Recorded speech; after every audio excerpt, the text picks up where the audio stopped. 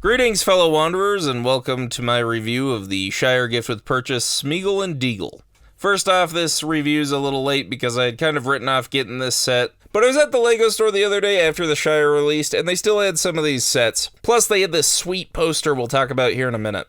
Anyway, long story short, I was able to pick this up, and I thought it deserved a quick review. Also, just so you know, I haven't watched or read any other reviews on this set. I'm not sure what other people are saying about it yet. So in this video, it's all me and my opinion.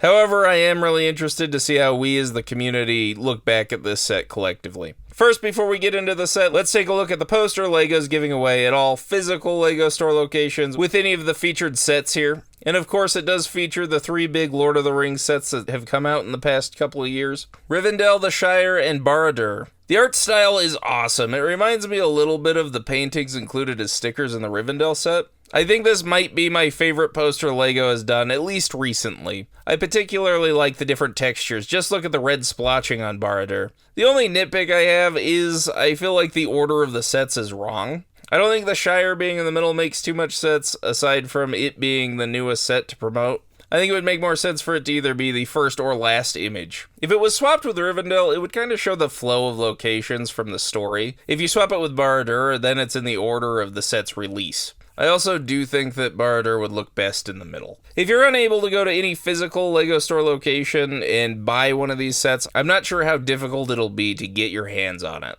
From what I can tell, there's no way to get it on Lego.com or anything. I did see someone trying to sell it for $100, but I don't think anybody took them seriously. On eBay, it's hovering around $30 right now, so if you really want it and can't get to a physical location and pick up one of these big sets, I'd keep an eye out for a good deal. Now let's get into that gift with purchase itself. It's a really satisfying little build. I really like this design. It has a lot of really interesting and unique building techniques. I especially like that tree. It does really remind me of those Star Wars display sets with a nice base and border. It has a nice black outline that makes it really feel like a snapshot of this scene. The main downside of this set is it's not really meant to be displayed from any angle, as the back looks like you're peeking behind the curtain a little bit and it breaks the immersion. The border doesn't extend all the way around, the tree is really bare from this side, and there's not much to look at. So it's best just to keep it front facing, maybe a little bit of an angle. My favorite part of the build is the underwater part. They use much darker blues and greens, as well as different plant pieces to create this great effect and contrast from the top side. The shiny one ring sticks out nicely against these colors. And the build frames Déagol really well while he's being pulled along by the fish and he spots the ring. The pole is just a standard whip piece. There's also a little piece for him to hold in his other hand so you can put him in this pose. I really like how they made the water with the translucent blue pieces on top with a light blue piece underneath. The only thing is I'd like it to extend a little bit more, but it's nice. The set could have benefited from being a bit bigger, however it's not really an issue. The boat is also a nice build that matches up with the one from the movie really well. I also like that it can spin. I think that's a nice touch. Sméagol can sit inside, and he also has a much nicer pole than Déagol, presumably because it's his birthday. Now let's take a look at the highlight of this set for me, the minifigures. Starting off with Déagol, this is a character I never thought or even considered getting in LEGO form.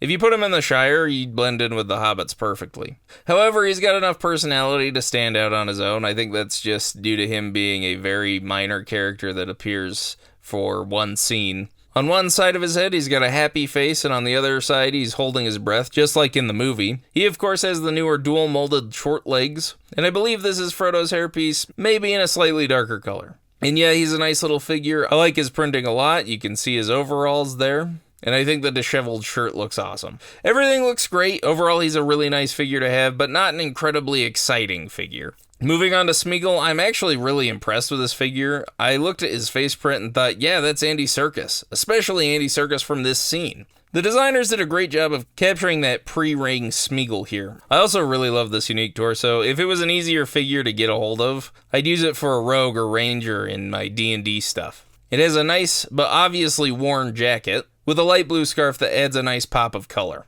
He's got the same hobbit legs as Déagol, but I'm really not sure where his hair comes from. I feel like I've seen it before, but I can't place it. I don't think it comes from Friends because it's not a squishy piece. For expressions, he has a happy, smiling face, just happy to be with his friend fishing. And on the other side is a greed-filled monster ready to strike. Again, this is a figure I don't think anybody expected them to make, but it is a welcome one for me. It's really cool to get the more human version of this character, and it's really interesting to look at him next to his Golem counterpart. Overall, I'm really happy with this set. I think it hits all the chords for a great gift with purchase. Compared to the Fell Beast, this is a much better concept for a gift with purchase. I do think I like the Fell Beast better just because of its concept, and I think the Fell Beast is a cool monster, and I really like the Nazgul, but it would have been way better as a regular set. Plus, there was a lot of room for improvement. Looking back at Sméagol and Déagol, it's hard to think of ways to improve this set. The only thing I can really come up with is making it a bit bigger. However, it's a really tight build, and I think it's a solid display piece. You also can't go wrong with having two interesting and unique minifigures.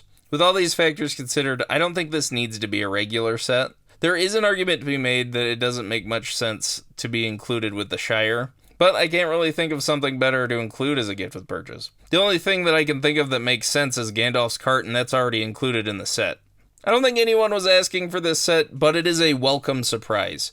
And again, this is what gift with purchases should be. A nice display piece with some really cool and unique figures that's not something that should be a regular release. Also, this is a really dark and intense scene that sets the tone for the rest of Return of the King, and I love it when they do dark and weird things like this. So this is a great set for me. If you haven't already, I recommend picking it up if you can. If you can't get the Shire or didn't get the Shire or missed out or whatever, please don't feed the scalpers and try to find a good deal. Just keep your eye out. As always, thank you so much for watching. Let me know if you want to see more reviews or more Lord of the Rings stuff. I'm going to do more Lord of the Rings stuff anyway, regardless of what you say, but you can let me know your opinion. Make sure to stay tuned for more LEGO videos, and I'll see you next time.